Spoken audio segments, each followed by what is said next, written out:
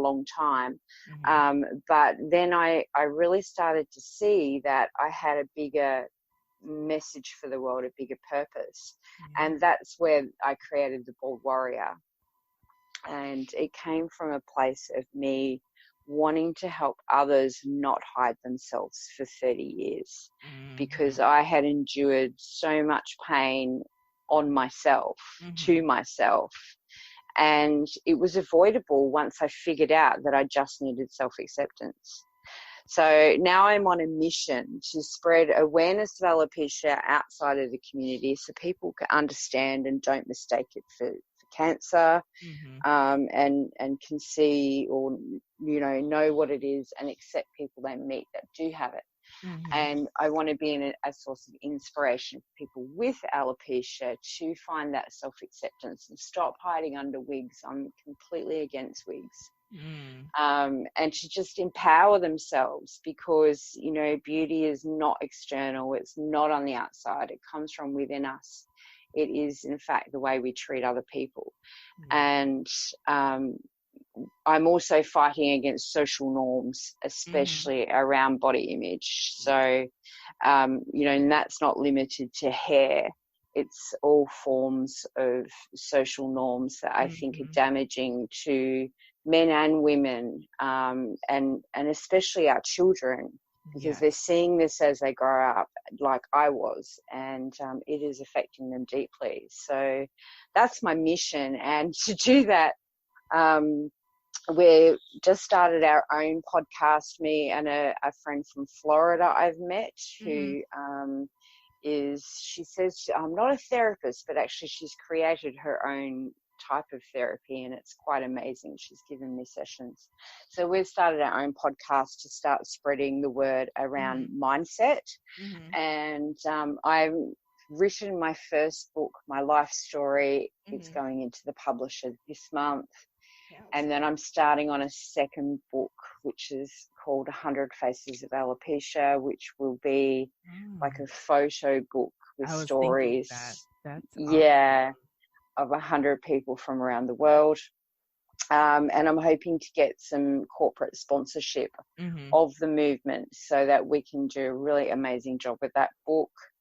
And also have in there like a directory. So for every country where we have people featured, I want to be able to say, well, here's your trichologist, here's your dermatologist, here's your hair clinics, here's your cosmetic tattooist, here's your hat stockist. And I'm undecided at this point whether to put wig stockist in it or not. I've got a nay and a yay from people's, so that's what that book will be. And then after that book, hopefully it does well, and then I've got 100 faces of scars, 100 faces of eating disorders, 100 faces of tattoos, anything, disfigurements, anything around body image we are going to smash, and then we'll see where we are, and hopefully there'll be a, and at the same time I'm starting to speak. I've spoken at a couple of schools. I've spoken at a couple of events. I've been invited over to New Zealand at the end of May. All going well. This will all be calmed down, and I'll be able to do that. And then with that sponsorship, I hope to come back to America and do some more speaking over there. So that's the plan. Wow. This is amazing, and a lot. It's amazing. It's a lot. I know it's a lot. So, whatever you think is going to be the best message for your readership, I'm happy to talk about any of it. I mean, it's a lot. So why do you feel it took you so long to figure it out, that self-acceptance was the key? Do you think that it was just you needed the relationships to teach you, or? Because I think it was a combination, one of being bullied, and then two, I lost my only male role model very young. So I didn't really have a base for how men were supposed to treat me. Got it. There were Wow. some fairly shady characters in and around me being 13, 14 years Yeah. old that were much, much older than me that Mm-hmm. made advances towards me. Mm-hmm. And I hadn't been taught to say no. I hadn't been taught about boundaries. And I don't think that was on purpose. I think it was just a lack of knowledge on my other Right. parents' behalf. Right. So I had these sort of skewed ideas, I guess, of what a man is to a female. And then my first serious relationship wasn't really that toxic or bad. He was actually quite a good guy, but I was actually so lost myself Mm-hmm. that I don't think that he could reach me. And I was very young at the time in the first serious one. I was only 17 and 18, just Yeah. finishing school, Mm-hmm. and wasn't ready for anything of that magnitude. So I guess I just had this very skewed self-image, and I had a very low sense of self-worth as well. Mm-hmm. And because I never did anything about getting healed from the emotional trauma of my sister and my father dying, Yeah. and the emotional trauma of being bullied as Mm-hmm. well, that I guess I just internalized it all, tried to put it in a box. And, I was actually deeply unhappy when I met my son's father, who Mm-hmm. was the violent guy. Mm-hmm. And then that damaged me further because he was also very mentally abusive, in Yeah. that he would call me names and put me down. And as they do, they isolate you from your family and Right. friends. And so that skewed it then even further. By the time I got out of that relationship, and thank goodness I had that baby to motivate me, or Mm-hmm. I don't know what would have happened. I got out of that at 21 and a half with pretty much a newborn baby, Mm-hmm. and no real life skills either, or educational skills, because I'd So that done was also fairly badly at school. financial abuse. Yeah. So I was really, it was all I could do to study. That was all I could pull out of myself, because I was in such a bad state. Mm-hmm. And I couldn't see that then. This was all, Yeah. when you're going through something of this magnitude, you can't see it from an external perspective. Mm-hmm. All you can do is cope the best you can. And so as I educated myself, a part of my self-esteem sort of grew with my skill set, Mm-hmm. but I also suffered quite regularly from what is called imposter syndrome. Yeah. And that is basically feelings of self-doubt and feelings of fraud that aren't true.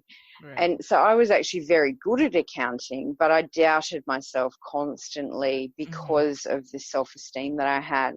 And I guess that just kept on rolling. I never Yeah. went and got help. It really wasn't something that was done in those times. Yeah.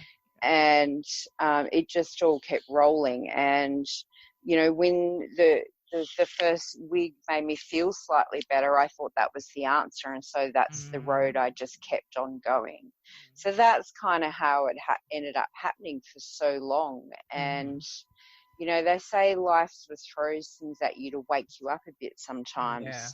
And none of it woke me up to the extent where I was ready to change that radically.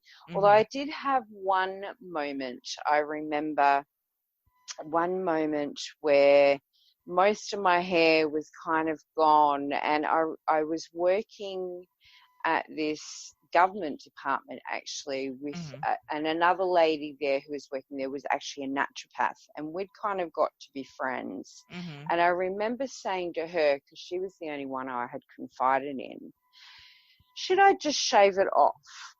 And I think that if she had said yes and encouraged me, I probably would have done it. But she didn't. She said, oh, no, you don't have to do that. And she kind of gave me permission to keep being a victim to it. And so I did. And sometimes, you know, I've looked back and wondered a couple of times if she had have encouraged me and been a bit more, you know, fight for you, you're not your hair, then maybe I would have found the courage to do it and to change things back then. Right. But, you know, that's not on her. That's on me, because I wasn't even close to having those thought patterns at that time. Right. Sometimes it's not the other person. It's just you probably weren't ready for the life change. Yeah. I mean, and that's what makes being the Bald Warrior so important to me, because if there had been somebody like me in my life, I would have done it. If there had been somebody like me in my 9-year-old life, I may never have gone down the road that I've gone. And when I went recently and spoke at a 7-year-old school, she has Alopecia universalis, which means she has no body hair whatsoever. Oh, wow. And she's a darling little girl, and it's more common than you think. Just 7 years old, and she asked her mum if I could come and speak at her crazy hair day, which is like a, you know, used to be crazy hair day, crazy hat day. Right. Yeah, so anyway, it's a once a year thing that they do. And we fundraised to get me across the country to go and speak at the school. And I honestly think that me just doing that for her has changed so much for her, because she's got somebody to show her that she's not her hair and it's okay to be different. Right. And I think that whatever it is for any child, they all need somebody to show them that it's okay to be different in your own way. Right. Whereas I never had that. So, you know, I think it would have made a huge difference for me. Random question as you spoke. I've realized that, at least I hear about it more in women than in men. Is that really the case? Actually, it's not. Because I barely hear about it, but it might be that men can just go bald and live their life. Yeah. Well, first of all, male pattern baldness is actually a type of alopecia, and about 70% of men get that.